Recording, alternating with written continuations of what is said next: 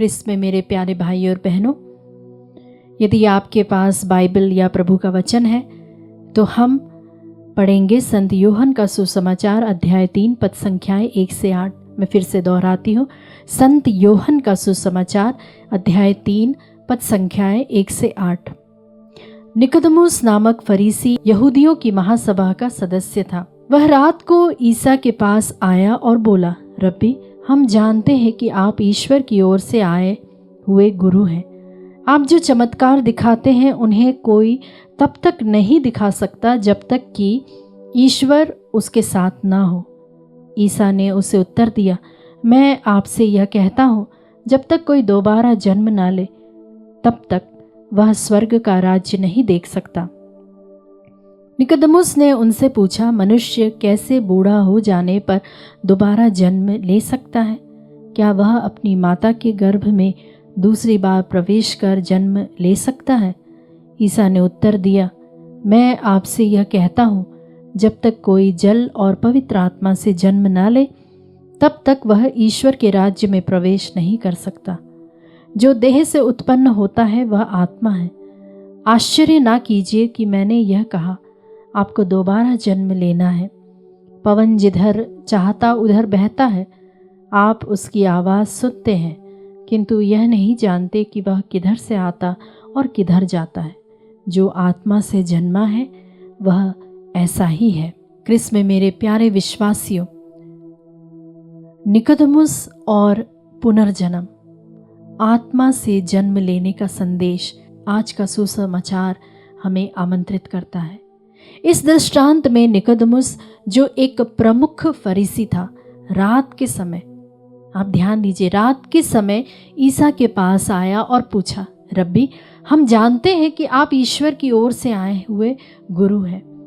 ईसा ने उसे स्पष्ट किया कि स्वर्ग के राज्य में प्रवेश करने के लिए शारीरिक जन्म से कहीं अधिक पानी और पवित्र आत्मा से जन्म लेना आवश्यक है।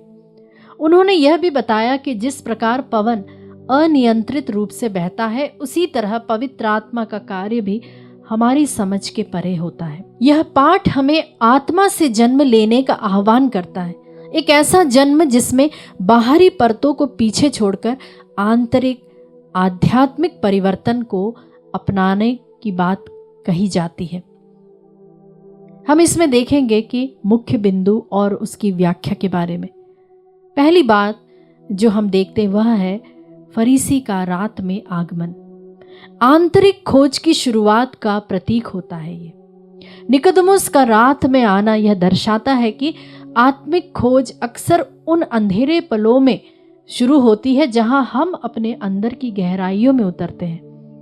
यह हमें प्रेरित करता है कि हम अपने जीवन में उन हिस्सों में भी ईसा की उपस्थिति को खोजें जहां हम असमंजस या संशय में होते हैं। वहीं हम देखते हैं पुनर्जन्म की आवश्यकता, एक नया आत्मिक जीवन।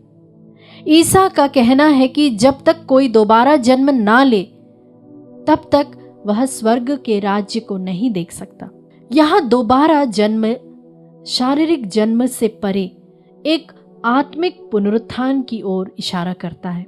यह संदेश हमें याद दिलाता है कि सच्चा परिवर्तन बाहरी आचरण से नहीं बल्कि आंतरिक आत्मिक परिवर्तन से आता है।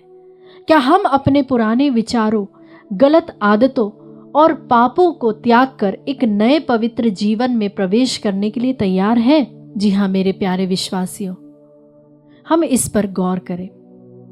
साथ ही साथ वचन हमें बताता है कि जल और पवित्र आत्मा यह प्रतीक है शुद्धिकरण और आध्यात्मिक शक्ति का। जल शुद्धता का प्रतीक है और पवित्र आत्मा हमें ईश्वर के साथ जोड़ता है। यह हमें यह समझाने में मदद करता है कि आत्मिक शुद्धि के बिना हम ईश्वर के राज्य में प्रवेश नहीं कर सकते।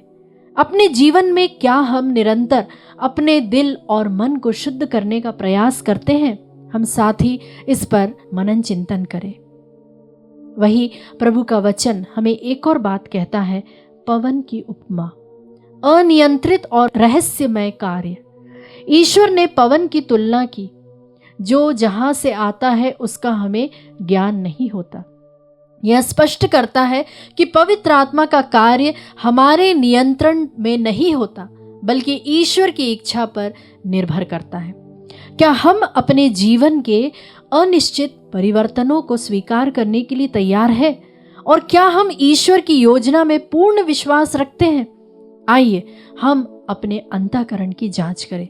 क्या मैं अपने भीतर के पुराने पापों और दोषों को पहचानता हूँ और उन्हें त्यागने की कोशिश करता हूँ, या उसकी तैयारी में लगा रहता हूँ? क्या मैं अपने जीवन में एक नए अध्याय की शुरुआत कर सकता हूँ, जहाँ मेरी आत्मा पवित्रता और शुद्धता से ओतप्रोत हो? क्या मैं पवित्र आत्मा की अनदेखी शक्ति को महसूस कर सकता हूँ और उसके प्रभाव में अपने आप को सौंपने के लिए तैयार हूँ? जब जीवन में अनिश्चितता हो तो क्या मैं अपनी नज़र केवल बाहरी दुनिया पर रखता हूँ, या ईश्वर के अदृश्य योजना पर भी विश्वास करता हूँ? आइए मेरे प्यारे विश्वासियों, हम इन सभी चीज़ों के लिए, हमने जो कुछ अभी सुना, उन सभी वरदानों के लिए प्रार्थना करें।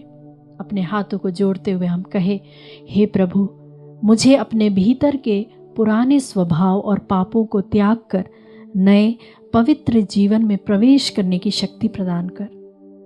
मेरी आत्मा को शुद्ध कर और मुझे पवित्र आत्मा की अनदेखी शक्ति का अनुभव कराइए।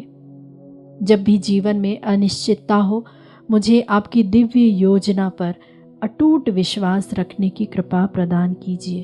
आमीन।